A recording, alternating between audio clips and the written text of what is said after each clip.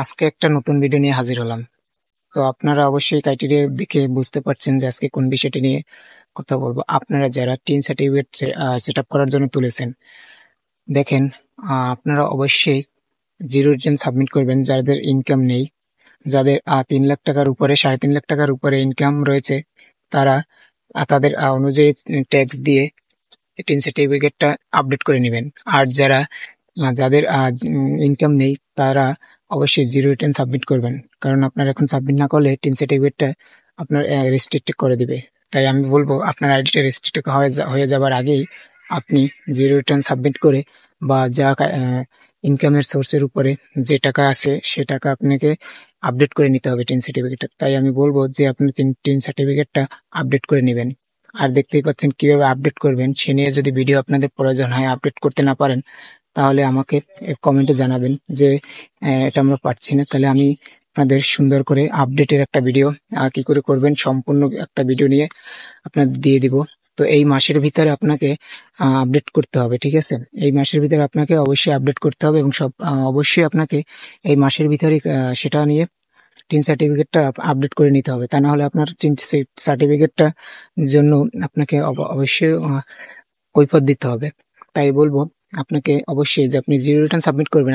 আপনার ইনকাম নেই, কোনো সমস্যা নেই যে আমার ইনকাম নেই, আমি কি কি করে সাবমিট করব। আপনি জিরো রিটার্ন সাবমিট করবেন। আর যার 3.5 লাখ টাকার উপর ইনকাম হয়েছে, তার ট্যাক্স অনুসারে ওখানে যে টাকা ক্রাইটেরিয়া আসবে, আপনি ওইখানে পরিমাণ দিলেই একটা পরিমাণ আসবে টাকার, সেটা সিলেক্ট করে আপনাকে সেই টাকাটা পে করতে হবে।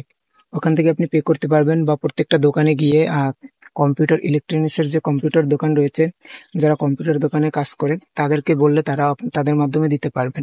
আর যদি আপনি নিজে দিতে চান, সমস্যা নাই, নির্ভুলভাবে, এবং আমি ভিডিও দিয়ে দিব।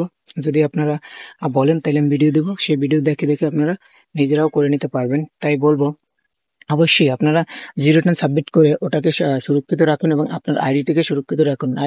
না হলে আপনাকে ওটার পরিবর্তে আপনাকে রেস্ট্রিক্ট করে দিবে। আপনি কেন একটা আইডি নষ্ট করবেন বা একটা করবেন? আপনাকে জিরো রিটার্ন সাবমিট করে দেবেন, সমস্যা কোথায়?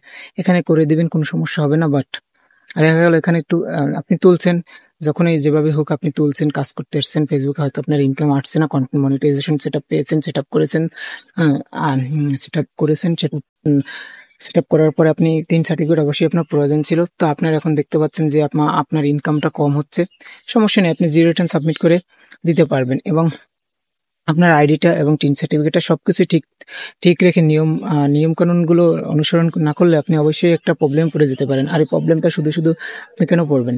তাই বলবো আপনি অবশ্যই একটা করেন যে টিন সার্টিফিকেটের রিটার্ন জমা করেন। রিটার্ন জমা করলে আপনাকে আবার আপনি 1 বছরের মতো একটা সময় পেয়ে যাবেন। তাই আপনি অবশ্যই, না পারলে আমাকে কমেন্টে জানাবেন, তাহলে আমি আপনাদের ভিডিওতে দেবো। আপনাদের রিকোয়েস্ট না পেলে আমি ভিডিওটি করব না। তাই বলবো যদি পারেন তাহলে যে করে নেবেন, আর যে না পারেন সমস্যা নেই, আমাকে বলবেন, আমাকে নক করলে আমি করে দেবো, কোনো সমস্যা নেই, ঠিক আছে? তাই আজকে পর্যন্ত, ধন্যবাদ। অবশ্যই জিরো রিটার্ন সাবমিট করবেন। দেখেন আমি সাবমিট করে এসেছি আমার, ঠিক আছে? আমার জিরো রিটার্ন, আমার ইনকাম এই মাসে কমিয়ে দিয়েছে, তাই আমি জিরো রিটার্ন সাবমিট করেছি। তাই বলবো সবাই সাবমিট করবেন। ধন্যবাদ সকলকে, আজ এ পর্যন্ত।